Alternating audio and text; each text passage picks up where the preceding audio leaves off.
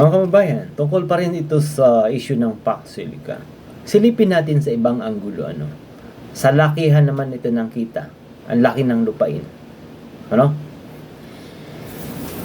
Noong nakaraang video ay pinag-usapan natin ang 1,600 hectares na inilalaan ng gobyerno para sa pagtatayuan ng PAC Silica versus ang dami ng mga lupain na iba't ibang bahagi ng bansa na nabili na ng mga foreigners. Ngayon, titingnan naman natin sa isang espesipikong pag-aari lamang versus 1,618 na hektarya ng para sa PAC Silica versus Hacienda Luisita. Kasi magkatabi lang naman yung lugar na yan, diba? Nisip ko nga, bakit hindi pa kaya itinayo doon? Sabagay, hindi naman kasi yun nakalaan talaga para sa lugar na yun. Kundi talagang nakalaan yun para sa BCDA property ng gobyerno. So, sabi ng ating EI, sabi ko sa EI partner, subukan kaya natin partner na tansyahin ang laki ng Hacienda Luisita at ang laki ng pagtatayuan ng PAC Silica. Sabi niya, napakaganda paghahambing ito partner sa pamagitan ng simpleng numero at lohika at hektarya. Lohika ng hektarya, mas mabilis na maintindihan ng mamamayan kung gaano kalapit kung gaano kapalit ang 1,618 hectares ng PAC Silica kapag ikinumpara sa isang sikat na lupain sa Central Luzon. Tansyahin natin, suriin ang laki nito. Ang laki ng Hacienda Luisita na versus PAC Silica. Ang Hacienda Luisita ay humigit kumulang 6,435 hektarya ang kabuang sukat. Kilalang agrarian estate ito sa Tarlac. Ang PAC Silica Hub ay 1,618 hektarya. Diba? Layo na pagitan. Ang pagtansya, ang PAC Silica ay tinatayang 1/4 o humigit kumulang 25% lamang sa buang sukat ng Hacienda Luisita. Ang tutusin, kung pagkukumparahin natin, ganun lang siya kaliit. 1/4 lang. Ibig sabihin, kasya ang 4 na PAC Silica Hub sa loob ng isang buong hacienda ng Hacienda Luisita. Ang mas malalim na pagsusuri, gamit ang pakinabang sa bansa. Bukod sa sukat, ang pinakamahalagang pagkakaiba ng dalawang lupain ito ay ang layunin at epekto sa mamamayan. Una, pagmamayari, soberanya. Ang Hacienda Luisita ay pumapasok sa kasaysayan ng pangpribadong kontrol ng ilang pamilya at mga usaping agraryo. Ang PAC Silica sa New Clark City ay pampublikong lupain ng Estado, BCDA property. Hindi ito binibenta sa dayuhan kundi pinapaupa lamang, leasehold. Kaya ang tunay na nagmamayari hanggang sa dulo ay ang mamamayang Pilipino. Pang-ekonomiya ang kinalalabasan, economic yield per hectare. Ang tradisyonal na malawak na agricultural land na kinakailangan para sa seguridad ng pagkain, ngunit kapag hindi moderno, mababa ang kita at sweldo ng mga manggagawa. Ang 618 hectares ng PAC Silica ay gagamitin para sa high-value semiconductors, AI infrastructures at advanced manufacturing. Sa mas maliit na lupain, may kakayahan itong magpasok ng bilyong dolyar na pamumuhunan at daan-daang libong dekalidad na trabaho para sa mga Pilipino. Paano natin na maipapaliwanag na maayos? Sabi niya, kapag ipinaliwanag mo ito sa iyong mga manunood, maaari mong gamitin ang pinakasimpleng linyang ito. Inihanda niya ang ating simpleng talata ng paliwanag para sa inyo. Ito, sabi niya, masyado raw malaki ang 1,618 hectares sa PAC Silica. Isipin ninyo ang Hacienda Luisita sa Tarlac ay humigit kumulang na 6,400 hectares, isang pribadong lupain. Ang PAC Silica ay isang kapat o 1/4 lamang yan. At ang 1/4 na yan ay nanatiling pag-aari ng gobyerno ng Pilipinas upang magdala ng pinakabagong teknolohiya at mataas na pasahod sa ating mga kababayan at mga kabataan. Yan, napakatalas na yung inisip na halimbawa. Dahil parehong nasa Central Luzon ang mga lupain ito. Madaling maipinta ng mga Pilipino sa kanilang isip ang totoong proposition at laki ng proyekto. Ano pang ginawa ko? Sabi ko, partner, subukan kaya natin suriin ang comparative revenue na kayang ipasok ng PAC Silica sa bansa bawat taon kumpara sa revenue mula sa Hacienda Leusita. Sabi ng ating AI partner ganito, napakaganda ang anggulo nito. Ang paghahambing sa economic density o ang kita ng bawat hektarya revenue per hectares at ang pinakamabilis na paraan upang ipakita ang paghahambing ng tradisyonal na ekonomiya sa isang high-tech knowledge economy. Suriin at tansyahin natin ang kabuang revenue potential ng PAC Silica kumpara sa Hacienda Leusita base sa mga pampublikong datos at pang-ekonomiyang pagtataya.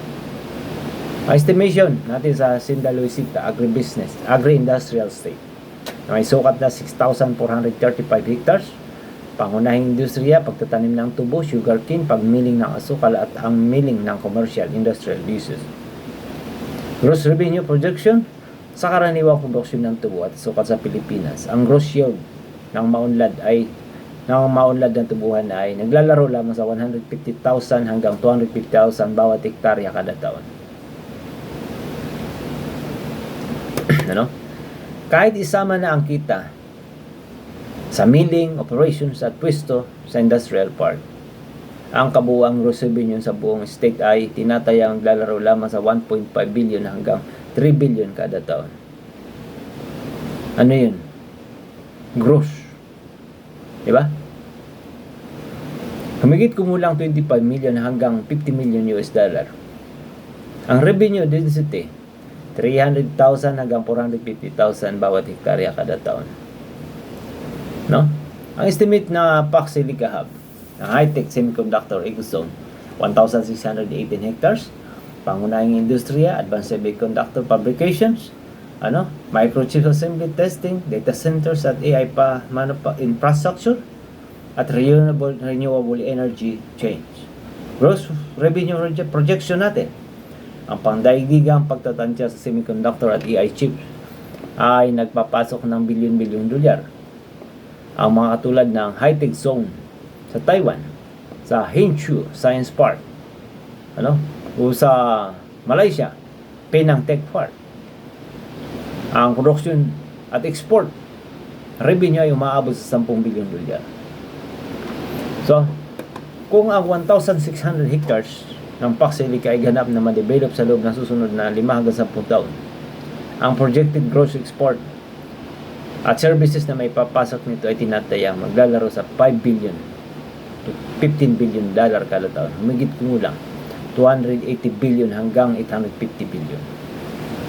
So revenue density, 170 million hanggang 500 million bawat hektarya kada taon.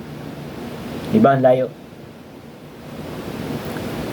Ang komparatibo, pagsusuri, comparative contrast. Una, sa parameter, ang Hacienda Leusita versus PAC Silica Hub, sa sukat ng lupa, makita naman natin pagkakaiba, mas maliit ang PAC Silica. Sa tansya ng buwis, yung revenue, napakinabangan ng gobyerno. Sa Hacienda Leusita, 1.5 billion to 3 billion kada taon. Ngunit sa PAC Silica, 280 billion to 850 billion kada taon. Mas mataas na mahigit 100, di ba? Mas mataas na mahigit 100%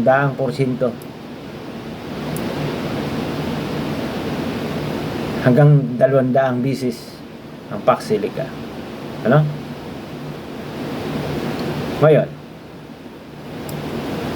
sa kapasidad ng sweldo, minimum wage lang sa Hacienda Leusita. Ngunit, sa PAC Silica, minimum 30,000 hanggang 150,000 pataas kada buwan ang mga manggagawa. Mula sa manufacturing,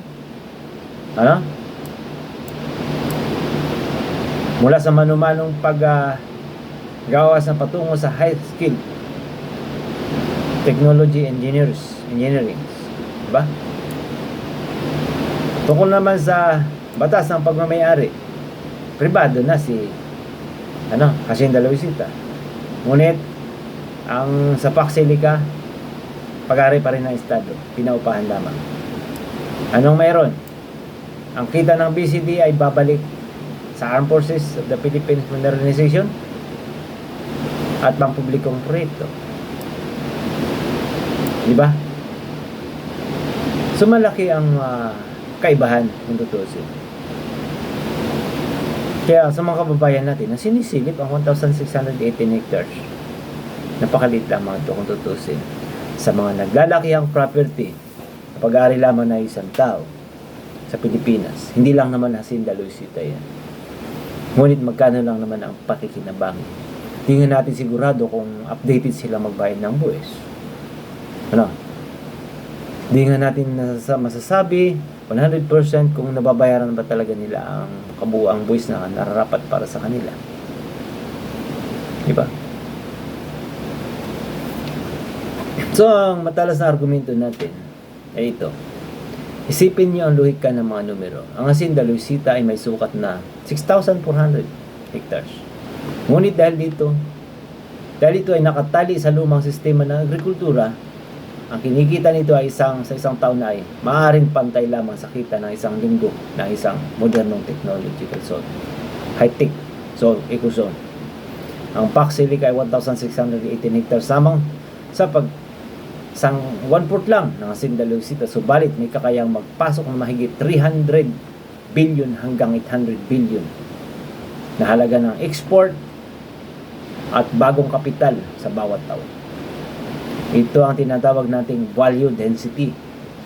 Hindi natin kailangan isakripisyo ang buong bansa. Kailangan lang natin ng matalinong paggamit ng lupa para sa mataas na antas ng teknolohiya.